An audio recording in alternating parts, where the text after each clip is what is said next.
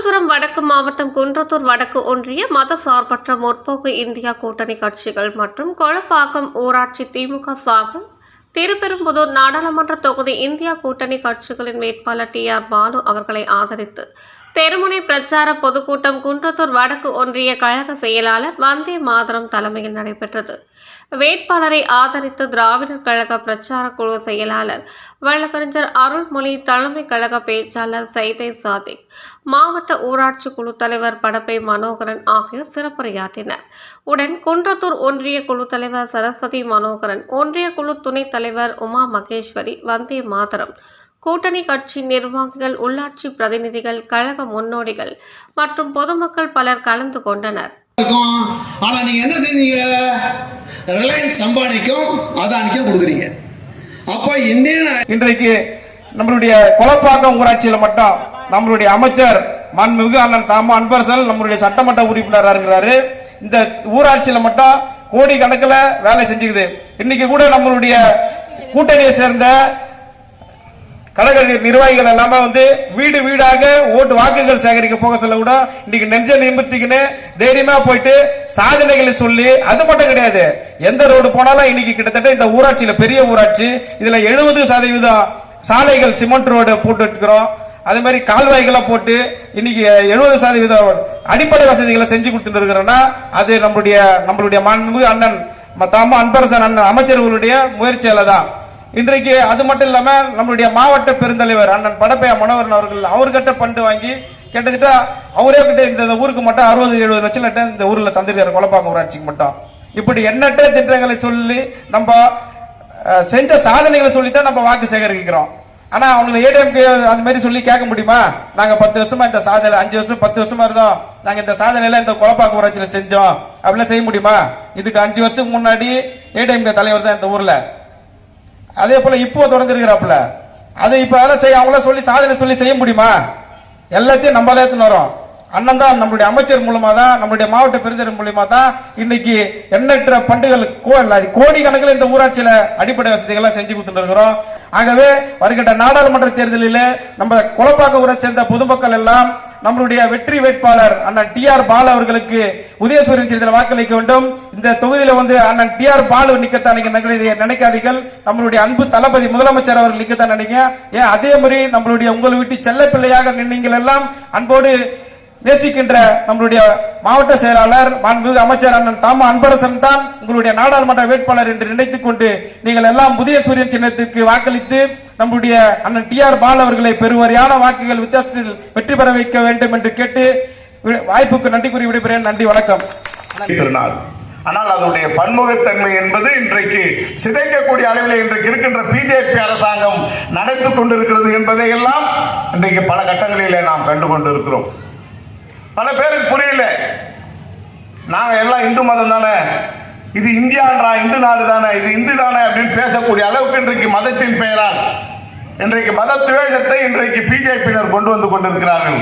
அது வடநாட்டிலே வேண்டுமென்றால் செல்லலாம், ஆனால் தமிழ்நாட்டிலே இந்த தந்தை பெரியார் பிறந்த இந்த பகுதியிலே, தந்தை பேரறிஞர் அண்ணா பிறந்த இந்த மண்ணிலே, கலைஞர் வளர்ந்த இந்த மண்ணிலே இந்த மத துவேஷம் என்பது எடுபடாது என்பதை நான் இங்கே அவர்களுக்கு சுட்டிக்காட்ட கடமைப்பட்டிருக்கின்றேன்.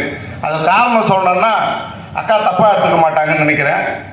நாங்களாம் திராவிட முன்னேற்ற கழகத்தில் இருந்தாலும் நாங்களும் இந்து தான். நாங்களும் கோயிலெலாம் கட்டியிருக்கிறோம். இங்கே இருக்கிற பார்த்தீங்கன்னா நான் கூட எங்கள் ஊரில் ஒரு 2-3 கோயில் கட்டியிருக்கிறேன். இங்கே இருக்கிற நம்முடைய தோழர்கள்லாம் அங்கே அந்த ஊரில் கோயில் கட்டுறது கூட இருந்து பார்த்துருக்குறோம். இப்போ கூட இன்னொரு கோயிலுக்கு கட்டுறதுக்கு திருப்பணி கமிட்டியில் இருக்கிறேன். நாங்களாம் இந்து தானே, எந்த விதத்திலாவது நாங்கள் இந்து மதத்துக்கு எதிராக நடக்கிறோமானா கிடையாது, நாங்களும் இந்து தான். ஆனால் இந்த மதத்தை வைத்து இன்றைக்கு ஒரு அரசியலை இன்றைக்கு பரப்பி கொண்டிருக்கிறார்கள் பிஜேபியினர். அதை புரிந்து கொள்ள வேண்டும். இன்னைக்கு நடந்த செய்தியை மட்டும் சொல்றேன். இன்னைக்கு காலையில் எங்கள் அம்மாவை பார்க்க போயிருந்தேன். எங்கள் அம்மா கேட்டாங்க, இன்னைக்கு மசூதியிலேருந்து சாயந்தரம் நோன்பு கொஞ்சம் வாங்கி கொடுத்தானுப்பா தங்கச்சி வீட்டுக்குன்னாங்க. ஆக மசூதியில் இருக்கிற நோன்பு கஞ்சியே தான் வீட்டில் வாங்கி குடிக்கணும்னு நினைக்கிறோமே நாங்கள் இந்து தானே. அதற்கு பிறகு 12 மணிக்கு ஒரு சர்ச்சைக்கு போகிறேன், தேர்தல் பிரச்சாரம் பண்ணுறதுக்கு போகிறேன். இன்னைக்கு நடந்த செய்தி, ஒரு தேர்தல் பிரச்சாரத்துக்கு போகிறேன். அங்கே போனால் அங்கே இருந்த கிறிஸ்தவர்கள் எல்லாம் அங்கே அவங்களுடைய அந்த இது பிரார்த்தனை முடித்து விட்டு வந்தாங்க. வாக்கு கேட்டோம். அங்கே பார்த்தீங்கன்னா சாப்பாடு போட்டாங்க. நீங்கள் தயவுசெய்து தோழர் உட்காந்து சகோதரர் சாப்பிட்டு தான் போனோம். நாங்கள் இன்னைக்கு சர்ச்சில் உட்காந்து சாப்பிட்டுட்டு வந்தேன். இதுதான் திராவிட இயக்கம் இன்றைக்கு உருவாக்கி காட்டி இருக்கின்ற மதசார்பின்மை என்பதை நான் இன்றைக்கு நடந்த என்னுடைய வாழ்வில் நடந்த செய்தியின் மூலமாக இங்கே சுட்டிக்காட்ட விரும்புகிறேன். இதை சீர்குலைக்கணும், இது இருக்கக்கூடாது. இந்த நாடு மதசார்பின்மை நாடு என்ற அந்த பன்முகத்தன்மையை சீரழிக்க வேண்டும் என்பதற்காக துடித்துக் கொண்டிருக்கக்கூடிய இயக்கம் தான் பிஜேபி என்பதை படித்த இன்றைக்கு தானும் அரசியல் தெளிவு பெற்றவர்களாக பேசிக் கொண்டிருக்கின்ற நண்பர்கள் உணர்ந்து பார்க்க வேண்டும் என்பதற்காக இந்த செய்தியை நான் இங்கே சுட்டிக்காட்ட கடமைப்பட்டிருக்கின்றேன். 2016 நாடாளுமன்ற தேர்தலில் இந்தியாவின் பாஜக போட்டியிட்ட நரேந்திர மோடி 4 தேர்தல் வாக்குறுதி கொடுத்தார். நான் 10 ஆண்டுகள் கழித்து ஞாபகப்படுத்துகிறேன். நான் பேசுகிற பேச்சு பதிவு செய்யப்படுகிறது. நாளை காலை யூடியூப்ல எந்த தலைப்பில் வேணாலும் வரலாம், குழப்பத்தை உண்டாக்கலாம், என் மீது வழக்கு பாயலாம். நான் பகிரங்கமாக கேட்கிறேன், 2014 நரேந்திர மோடி கொடுத்த வாக்குறுதி என்ன தெரியுமா? என்னை பிரதமராக்குங்கள். நான் பிரதமராய் டெல்லிக்கு போனால் 500 ரூபாய்க்கு செல்போன் தருவேன். பாஜக தேர்தல் வாக்குறுதி. நான் பிரதமரானால் 500 ரூபாய்க்கு செல்போன் தருவேன். 2014 சொன்னார். 24 என்னை பிரதமராக்குங்கள். நான் இந்தியாவில் பிரதமராக வந்தால் தென்னகத்தில் இருக்கிற நதியெல்லாம் இணைப்பேன், குடிநீர் பிரச்சனையை, விவசாயிகள் நீர் பிரச்சனை தீர்த்து வைப்பேன். இது மோடியின் 2வது வாக்குறுதி. நான் பணிவோடு கேட்கிறேன், மோடி சொன்ன எந்த வாக்குறுதியாவது என்னை பிரதமராக்குங்கள். நான் இந்தியாவில் பிரதமராக வந்தால் மதுரையில் எய்ம்ஸ் மருத்துவமனை கட்டுவேன். இது மோடி சொன்ன வாக்குறுதி. நான் பிரதமராக வந்தால் ஒவ்வொரு அக்கவுண்டிலும் 5 லட்சம் ரூபாய் போடுவேன். இது மோடி சொன்ன வாக்குறுதி. நாங்கள் 2021 திமுகவின் தலைவர், செந்தமிழ்நாட்டின் முதலமைச்சர் 502 வாக்குறுதி தந்தார். 30 மாதத்தில் 400 வாக்குறுதி நிறைவேற்றிருக்கிறோம். நான் மோடி சொன்ன 400 வாக்குறுதி சொல்லவில்லை, நாளை சொல்லியிருக்கிறேன். நதிகள் இணைப்பு, 500 ரூபாய்க்கு செல்போன், அக்கவுண்டில் 5 லட்சம், எய்ம்ஸ் மருத்துவமனை கட்டப்படும். நான் பணிவோடு கேட்கிறேன், யாராவது ஒருவர் மோடி நல்லவர், 10 ஆண்டுகளும் ஆட்சி நடத்திருக்கிறார், ஒரு நல்ல பிரதமர், நல்ல ஊர் சுத்துறார், கலர் கலரா டிரெஸ் போடுறார், 5 லட்சம் ரூபாய்க்கு கவுன் போடுறார், 1.5 லட்சம் ரூபாய்க்கு காளான் சாப்பிடுறார், பெருமையா பேசுற யாராவது இருந்தால் உங்கள் மனசாட்சி கை வைத்து சொல்லுங்கள். ஆட்சிக்கு வந்த 10 வருடத்தில் இந்த ஒரு வாக்குறுதி நிறைவேற்றிருக்கிறாரா? யோசிக்க வேண்டாமா? இதே 5 ஆண்டுகளும் அதிமுக எடப்பாடி பழனிசாமி ஒருத்தையா, அவன் புதுசா இப்ப பிஜேபி கூட பாஜகவோட உணர்வை துண்டித்து விட்டோம், எங்களுக்கும் மோடிக்கும் சம்பந்தம் இல்லை. சரி, அதுக்கு என்ன பண்ண? இப்போ கிறிஸ்தவ பெருமக்களும் இஸ்லாமிய பெருமக்களும் எங்களுக்கு ஓட்டு போட வேண்டும். கேட்கிறவன் கேளையன் தெரிஞ்சா கேரவிச்சா கொண்டு கேடிவி தேர்தல் வந்தால் எப்படி இவங்க உறவு உணர்ச்சிச்சான். ஆகவே நம்ம எடப்பாடி பழனிசாமி ஆதரிக்கணுமா? யார் நம்புறது? நான் இன்னும் பணியோடு கேட்கிறேன். அக்கா அருள்மொழி பேசிருக்கிறாங்க, பிஜேபி அதிமுக உறவு முறிந்து போய் 6 மாசம் ஆச்சுன்னு சொல்றாங்க. இந்த 6 மாதத்தில் எந்த இடத்திலாவது எடப்பாடி பழனிசாமி மோடியை தாக்கி பேசியிருக்கிறாரா? அமித்ஷாவை விமர்சனம் பண்ணி பேசியிருக்கிறாரா? ஒன்றிய அரசை கண்டனம் தெரிவித்திருக்கிறாரா? இந்த 6 மாசத்துல எடப்பாடி பழனிசாமி மோடியை கண்டிக்கவில்லை, விமர்சனம் செய்யவில்லை, ஒன்றிய அரசு கண்டனம் தெரிவிக்கவில்லை, அமித்ஷாவை கண்டித்து அறிக்கை விடவில்லை. ஆனால் சொல்லுகிறார், நாங்கள் பிஜேபியோடு உறவை முடித்துக் கொண்டோம். இன்னைக்கு சொல்றேன் கேட்டுங்க. தமிழ்நாட்டில் இருக்கிற கிறிஸ்தவ பெருமக்களோ இஸ்லாமிய பெருமக்களோ மோடி எடப்பாடி பேச்சை கேட்டு ஓட்டு போட தயாரா இல்லை. இன்னைக்கு எடப்பாடி போய் கஞ்சி குடிக்கிறார், லுங்கி கட்டுறார், தொப்பி போடுறார், மசூதி வாசலுக்கு போறார். எதுக்குன்னு கேட்டா முஸ்லீம் தான் ஓட்டு போடணுமான்ட்டு. இன்னைக்கு சொல்ல எழுதி வச்சுக்கோ, நீ தொப்பி போட்டாலும் சரி, ஜுப்பா போட்டாலும் சரி, லுங்கி கட்டாலும் சரி, மசூதி வாசல போய் தவம் கடந்தாலும் சரி, ஏன் நீ சுன்னத்தே பண்ணா கூட எந்த முஸ்லீமும் ஓட்டு போட மாட்டான். நீ மறந்துடக்கூடாது. யாருக்கு அதை பூ சுத்துறீங்க? இந்தியாவில் இருக்கிற இஸ்லாமிய பெருமக்களை பழிவாங்கிறதுக்கு மோடி என்ஆர்சி கொண்டு வந்தார். அந்த என்ஆர்சிக்கு ஓட்டு போட்டது எடப்பாடி பழனிசாமி. இலங்கை தமிழர்களை தமிழ்நாட்டுக்கு குடியுரிமை தரக்கூடாது என்று சிஏஏ சட்டத்தை கொண்டு வந்தார் நரேந்திர மோடி. அந்த சட்டத்தை ஆதரித்த எடப்பாடி பழனிசாமி. காஷ்மீர் 370 ரத்து செய்து அமித்ஷா சட்டம் கொண்டு வந்தார். அந்த சட்டத்தை ஆதரித்தவர் எடப்பாடி பழனிசாமி. இஸ்லாமிய சரியத் சட்டமான முத்தலக்கிலே கை வைத்தார் நரேந்திர மோடி. அந்த முத்தலக் தடை சட்டத்துக்கு ஓட்டு போட்டது எடப்பாடி பழனிசாமி. வடநாட்டில் இஸ்லாமியர் தாக்கப்பட்ட போது வேடிக்கை பார்த்தார் எடப்பாடி பழனிசாமி. இன்னைக்கு போய் பிஜேபி கூட உறவு இல்லைன்னு சொன்னா நம்பிடுவாங்களா? யோசிக்க வேண்டாமா? நம்ம சகோதரிகள் தாய்மார்கள் ரொம்ப நேரமா காத்திருக்காங்க. அநேகமா என்னுடைய ஒரு சின்ன வேண்டுகோள் என்னன்னா, இவ்வளவு பேர் பெண்களை அழைக்கும் போது கொஞ்சம் சீக்கிரம் கூட்டத்தை ஆரம்பிச்சு சீக்கிரம் முடிச்சு அவங்கள வீட்டுக்கு அனுப்பணும். ஏன்னா காலையில் எழுந்ததும் எந்திரிக்கிறதுக்கு முன்னாடியே பொதுவாக இந்த விஞ்ஞானிகள்லாம் நாளைக்கு ராக்கெட் அனுப்பணும்னா செட் பண்ணி வச்சுட்டு தூங்குவாங்க பார்த்தீங்களா, தூக்கம் வராது. ஏன்னா காலையில் அது கரெக்டாக கிளம்பணுமே, ஏவுகணை எப்படி போகும், இதெல்லாம் பக்கு பக்கு பக்குன்னு இருக்கும். இது விஞ்ஞானிகளுக்கு ஏவுகணை அனுப்பும் போதோ செயற்கைக்கோள் அனுப்பும் போதோ அப்படி இருக்கும். ஆனால் பொதுவாக நம்ம நாட்டில் பெண்களுக்கு தினம் ராத்திரி படுக்கும்போது அப்படிதான் இருக்கும். ஏன்னா நாளைக்கு இட்லிக்கு மாவாட்டலன்னா நாளைக்கு என்ன செய்யறதுங்கிற கவலையில இருந்து இன்ன வரைக்கும் நம்முடைய பெண்களால் விடுபட முடியல. இவ்வளவு பேர் இன்னைக்கு கூட்டத்துக்கு வந்திருக்காங்க, இவ்வளவு பேர் மேடையில் இருக்காங்க. இருந்தும் அதுல இருந்து அவங்க விடுபடணும் அப்படிங்கிறது தான் தந்தை பெரியார் அவர்களுடைய கொள்கை. அதுதான் இதை நம்ம கொள்கையா பேசுறது மட்டும் பத்தாது. வீட்டில் இருக்கிற ஆண் தோழர்கள் அவர்களுடைய வீட்டில் இருக்கும் பெண்களுக்கு அடுப்பறையிலும் உதவி செய்ய வேண்டும் என்பதை கொள்கையில வாழ்க்கையில பழகிக்கணும் என்று சொன்னார் தந்தை பெரியார். அது இன்னும் வராததுனால அவங்க இவ்வளவு நேரம் காத்திருக்கிறது உண்மையிலேயே கொஞ்சம் கஷ்டமா தான் இருக்குது. பிஜேபி இந்தியாவில் ஆட்சிக்கு வந்தா இந்தியாவில் பெண்கள் நிம்மதியாக அமைதியாக பாதுகாப்பாக வாழ முடியாது. அதனால நான் முதல்ல அங்கிருந்து ஆரம்பிக்கிறேன்.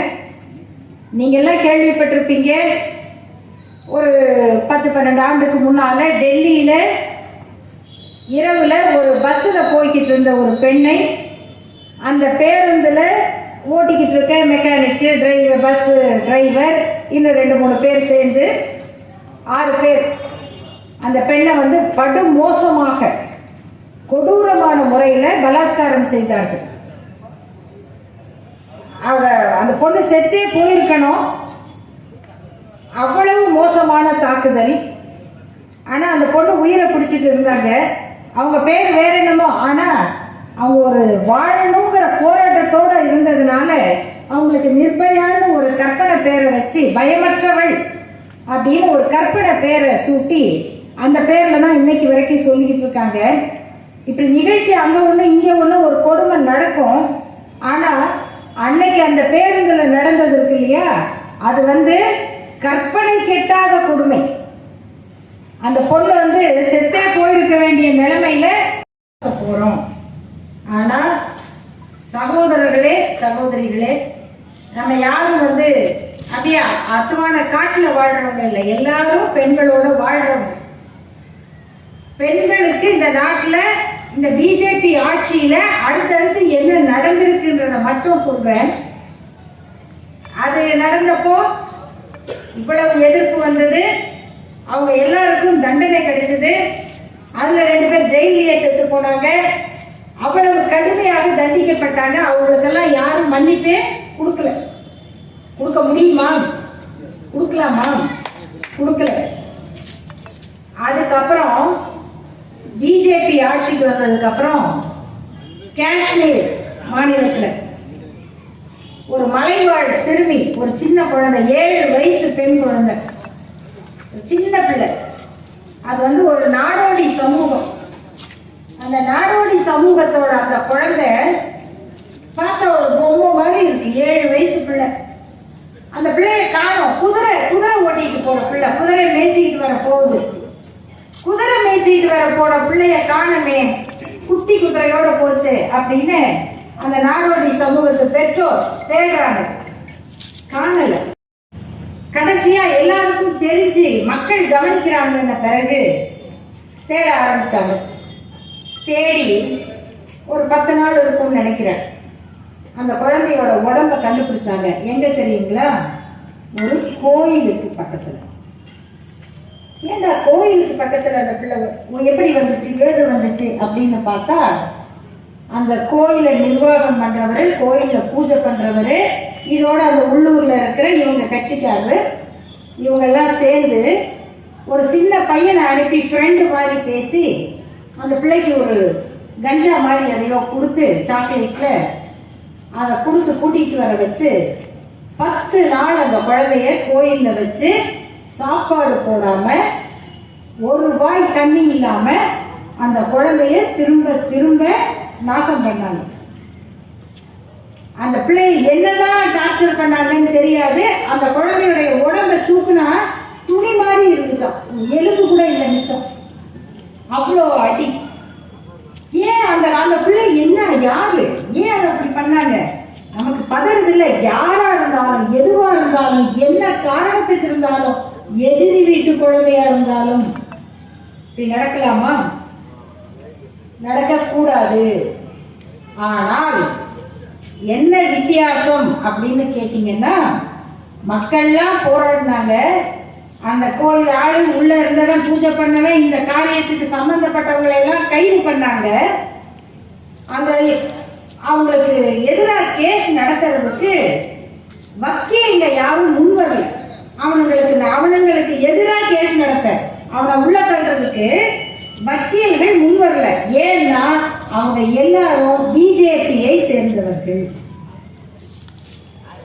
அப்போ ஒரே ஒரு பெண், அதே ஊர்ல ஒரு பெண் வந்தாங்க, நான் நடத்துறேன், நான் அவங்களை ஜெயில போடுறேன், தண்டனை வாங்கி கொடுக்குறேன். என்ன நடந்துச்சு தெரியுங்களா? அந்த ஊர்ல இவன் எங்க கட்சி ஆளு. நம்ம ஊர்ல நீங்க நல்லா தெரிஞ்சுக்கோங்க, ஒரு தகராறு நடந்தது. ஒரு திமுக தொண்டர் ஒருத்தர் எங்கேயோ ஒரு சந்தையிலோ ஒரு கடையிலோ ஒரு பெண்ணை அரைஞ்சிட்டாருன்னு செய்தி வந்துச்சு. அடுத்த நாள் அவர் கட்சியிலிருந்து நீக்கப்பட்டார். ஒரு குற்றத்துல ஒரு பையன் சம்பந்தப்பட்டிருக்கான், அந்த பையன் கைது செய்யப்பட்டான், அவன் கட்சியிலிருந்து நீக்கப்பட்டான். இதுதான் திராவிட முன்னேற்ற கழகம், இதுதான் தமிழ்நாடு. ஆனா பிஜேபி அப்படி இல்லை. அந்த வக்கீலாக வழக்கு நடத்துற பெண்ணுக்கு என்ன கொடுமை நடந்ததுன்னா, நீ இவங்களுக்கு எதிராக கேஸ் நடத்தினா இந்த ஊர்ல இருக்க முடியாது, வீட்டை காலி பண்ணுன்றோம். வீட்டை காலி பண்ணா ஒரு வக்கீல் எங்க போவாங்க? அவ்வளவு போராட்டம் நடந்தது. அதுக்கப்புறம் அவங்க வக்கீல்கள், கட்சி வக்கீல்கள் அந்த குற்றவாளிகளை பெயில்ல எடுத்தாங்க. பெயில்ல எடுத்தா என்னங்க, இப்படி ஒரு குற்றவாளி நம்ம தெருவுல பெயில் எடுத்து கூட்டிட்டு வந்தா நீங்க எல்லாம் சும்மா இருப்பீங்களா? அவங்கள பார்த்துட்டு என்ன செய்வோம்? நம்ம அவங்கள கூட்டிட்டு வர்றாங்க. அந்த வக்கீல்களுக்கும் இந்த குற்றவாளிகளுக்கும் மாலை போட்டு கூட்டிட்டு வர்றாங்க இந்த கட்சிக்காரங்க. இது நடக்குது. இன்னைக்கும் நீங்க அந்த செய்தியை எடுத்து கத்துவாங்கிற ஊர், கத்துவா சிறுமி வழக்கு அப்படின்னு பாத்தீங்கன்னா இந்த காட்சியெல்லாம் இன்னைக்கு வரைக்கும் ரெக்கார்ட்ல இருக்கு. அவங்களுக்கு அப்புறம் தண்டனை கிடைச்சிருக்கு, அப்பீல்ல இருக்கிறாங்க, அவ்வளவுதான். இதுக்கப்புறம் ஒரு வழக்கு குஜராத்ல ஏற்கனவே நடந்தது. பில்கிஸ் பானுன்னு ஒரு பெண்ணு 2002 நம்முடைய இந்திய பிரதமர் மோடி அன்னைக்கு குஜராத்ல முதல்வராக இருக்கும்போது அந்த ஊர்ல பெரிய கலவரம். இந்த குடும்பம் வெளியே எங்க போயிட்டு வர்றாங்க. இந்த குடும்பத்தை இவங்களுக்கு ரொம்ப தெரிஞ்ச ஊர்ல இருக்கிற சித்தப்பா, அண்ணா, மாமான்னு கூப்பிடுற 10 பேர் சேர்ந்து அவங்க குடும்பத்துல கிட்டத்தட்ட 7 பேர் வெட்டி கொல்லப்படுறாங்க. அவங்க அம்மா பலாத்காரம் பண்ணப்படுறாங்க. பக்கத்துல குழந்தை பெற்று 4 நாள் ஆன ஒரு பெண், அந்த பெண்ணையும் கொண்டுறாங்க. இந்த பெண்ணுக்கு வயிற்றுல குழந்தை இருக்குது. இந்த பெண்ணை பலாத்காரம் பண்ணதுல அந்த சிசு போயிடுது. இதெல்லாம் நடக்கும் போது இந்த பெண் பெற்ற 3 வயசு பெண் குழந்தை, 3 வயசு குழந்தை பக்கத்துல இருந்து பார்த்து ஓன்னு கத்துது. என்னடா கத்துதுன்னு இந்த தேசபக்தர்கள் அந்த குழந்தைய காலை பிடிச்சி தரையில் வச்சு கொலையிலேயே பலவிதமான கொலை. இவங்க எப்படிப்பட்ட ஆட்கள் அப்படின்னு புரிஞ்சுக்கணும்னா இந்த மாதிரி வழக்கு தொடர்ச்சியா நடக்குது. சரி, அதுக்கப்புறம் அந்த பொண்ணு அந்த கேஸ் நடத்துறதுக்கு பட்ட கஷ்டம், போராட்டம் கொஞ்சம் நெஞ்சம் இல்லை. அதையெல்லாம் முடிச்சு வழக்கு அடையாளத்தை காமிச்சு கேஸ் நடத்தி 11 பேருக்கு ஆயுள் தண்டனை வாங்கி கொடுக்குது. அந்த 11 பேருக்கும் நன்னடத்தைங்கிற பேர்ல 11 வருஷம் முடிஞ்ச உடனே குஜராத் அரசு விடுதலை பண்ணுது.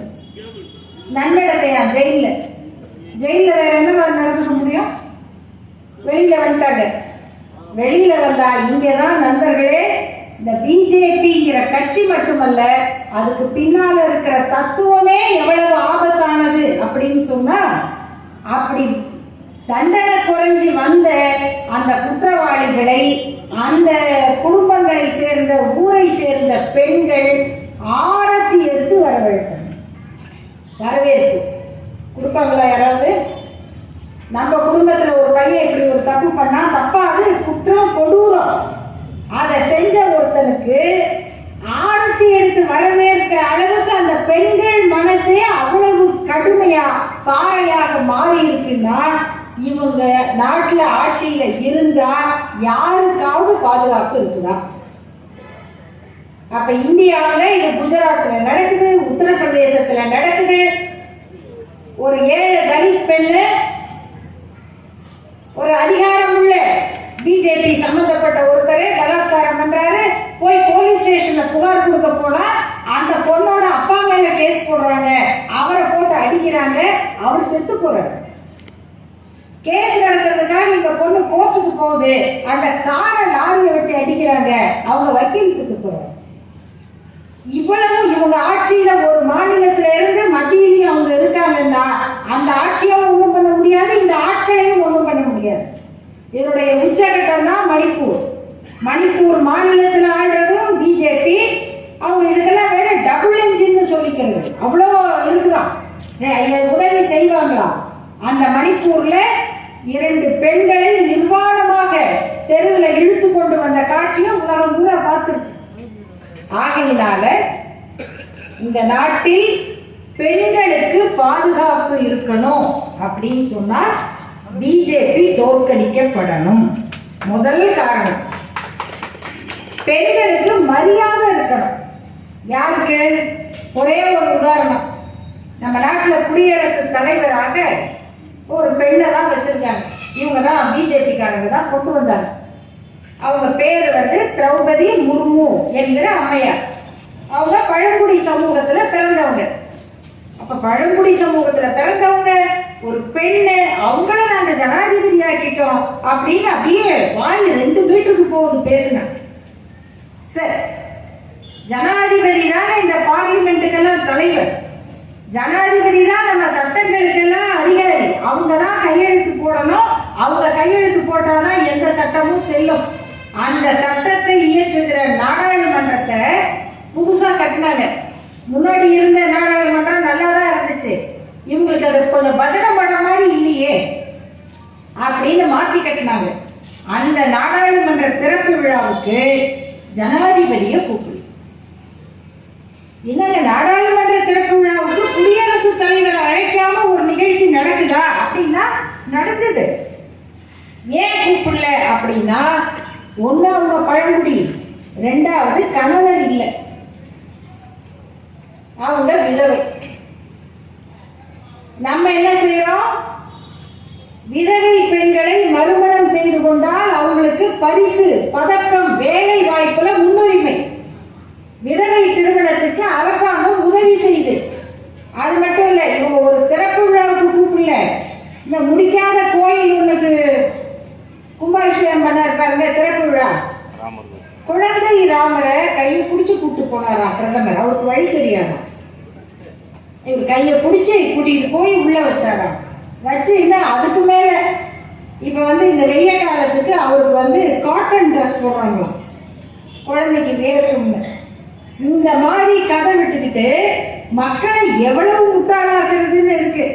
சரி, அந்த கோயிலுக்கு நீங்க இந்தியாவுடைய பெருமை, ராமர் கோயில் சொன்னீங்களே, அந்த இந்தியாவின் பெருமைன்னு அந்த கோயிலுக்கு, அது பாபர் மசூதியை இடிச்சு கட்டப்பட்ட வரலாறு எல்லாம் இருக்கு, அது இருக்கட்டும். அந்த திறப்பு விழாவுக்கு ஜனாதிபதியை கூப்பிட்டீங்களா அப்படின்னா கூப்பிடல.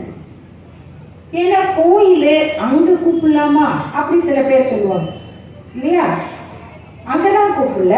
நாடாளுமன்றத்துக்கு ஏன் கூப்பிடல?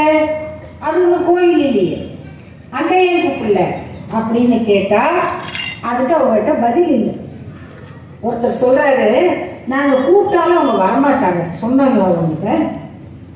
நீங்க கூப்பிட்டாலும் நான் வரமாட்டேன் அப்படின்னு அப்படி சொல்றதுக்கு தான் ஒரு குடியரசுத் தலைவரா கடனையும் கட்டணும். இதுல ரொம்ப பாடுபடுறாங்க. அந்த கல்வி கடன் மட்டும்தான் லோனு. அவங்க போக வர செலவு, சாப்பாட்டு செலவு, துணிமணி செலவு. ஸ்ரீபெரும்புதூரினுடைய திராவிட முன்னேற்ற கழக வேட்பாளர் ஐயா TR பாலு அவர்கள் இந்த மாதிரி அரசியல் அனுபவம் வாய்ந்தவங்க நாடாளுமன்றத்தில் இருக்கணும், நின்று பேசணும். ஏன்னா இன்னைக்கு இருக்கிற வேட்பாளர்களே நான் நினைக்கிறேன் அவர்தான் மிக அதிக அனுபவம் வாய்ந்தவர். 15 வயசுல திராவிட முன்னேற்ற கழகத்தில் சேர்ந்தவர். இத்தனை ஆண்டுகள் அந்த இயக்கம் ஆட்சியில இருந்திருக்கு, ஆட்சியை இழந்திருக்கு, மிக மோசமாக பாதிக்கப்பட்டிருக்கு, பல பொய் பழிகளை தாங்கி இருக்கு, ஏராளமான இழப்புகளை சந்திச்சிருக்கு. வளர்ச்சி, வெற்றி, வீழ்ச்சி எதுவாக இருந்தாலும் அந்த இயக்கத்தோடே இணைந்து இன்னைக்கு வரைக்கும் அதன் அங்கமாகி இருக்கிற தகுதி அவருக்கு உண்டு. இந்தியாவினுடைய நாடாளுமன்றத்தில் எதிரிகள் பயப்படும்படியாக பேசக்கூடிய ஒரு உறுப்பினர் அவர். எந்த கருத்தா இருந்தாலும் முடியாது, உட்காரியா, அது பிரதமரா இருந்தா என்ன, அமித்ஷாவா இருந்தா இன்னொருத்தரா இருந்தா உட்காருங்க கேளுங்க அப்படின்னு சொல்லக்கூடிய அந்த அரசியல் அனுபவம் வாய்ந்தவர். அவர் பெட்ரோல் துறையிலிருந்து அவருடைய கையில இருந்த அமைச்சராக அப்ப ஒரு முக்கியமான வேலை செஞ்சார். எல்லாம் தெரிஞ்சுக்கணும். இந்த பெட்ரோல் பங்க் கொடுக்குறாங்க இல்லையா, அதுல 33% பெண்களுக்கு கொடுத்தாங்க. பெண்களுக்கு அரசு பதவியில கலைஞர் அவர்கள் இடஒதுக்கீடு கொண்டு வந்தார். 30 விழுக்காடு. கலைஞர் கொண்டு வந்த 30 விழுக்காடு பதவியில வேலைக்கு வந்தவங்க தான் இன்னைக்கு பெரிய அதிகாரிகளாக பெண்கள் இருக்காங்க. நீங்க போற எலக்ட்ரிசிட்டி போர்டு ஆபீஸ்லயோ, தாசில்தார் ஆபீஸ்லயோ, அரசு பள்ளியிலயோ, கலெக்டர் ஆபீஸ்லயோ பெண்களை வேலையில பாக்குறீங்கன்னா அது முழுக்க முழுக்க கலைஞர்கள் கொடுத்த அந்த திட்டம். அந்த 33 விழுக்காடு சாதாரண பணியில மட்டுமல்ல, தொழில்துறையில பெட்ரோல் பங்க் நடத்துறதுல 33% பெண்களுக்கு கொடுக்கிறது அப்படிங்கிற திட்டத்தை நடைமுறைப்படுத்தியவர் TR பாலு அவர்கள். அது மட்டும் இல்ல, இந்த பாரதியார் பாட்டுலாம் கேட்டிருக்கீங்கல்ல, சிந்து நதியின் மிசை நிலவினிலே, அந்த பாட்டுல ஒரு வரி வரும், சிங்கள தீவினுக்கு ஒரு பாலம் அமைப்போம், சேதுவை மேடுருத்தி வீதி சமைப்போம். பாரதியார் அப்ப RSSல சேரலைன்னு நினைக்கிறேன், இல்லைன்னா அவரையும் ஒரு வழி பண்ணிட்டு இருப்பாங்க.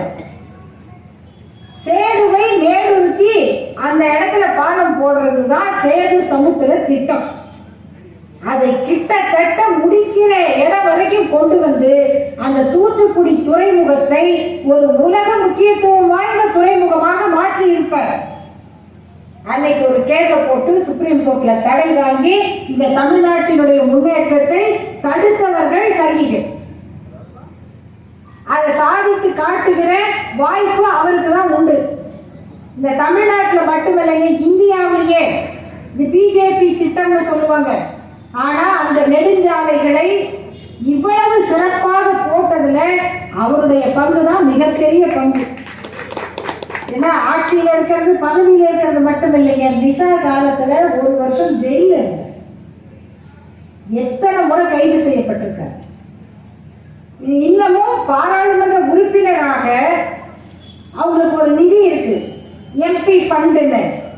அந்த MP ஃபண்டு அந்த தொகுதியில இருக்கிற பள்ளிக்கூடத்துக்கு, தண்ணி வசதிக்கு, பார்க்குக்கு, இதுக்கெல்லாம் கொடுத்தா இவங்க லெட்டர் கொடுத்தா அது நேரா போயிடும், நடுவில் யாரும் வாங்க முடியாது. அந்த ஃபண்டை அக்கறையோட பயன்படுத்துறவங்க கொஞ்சம் பேர்.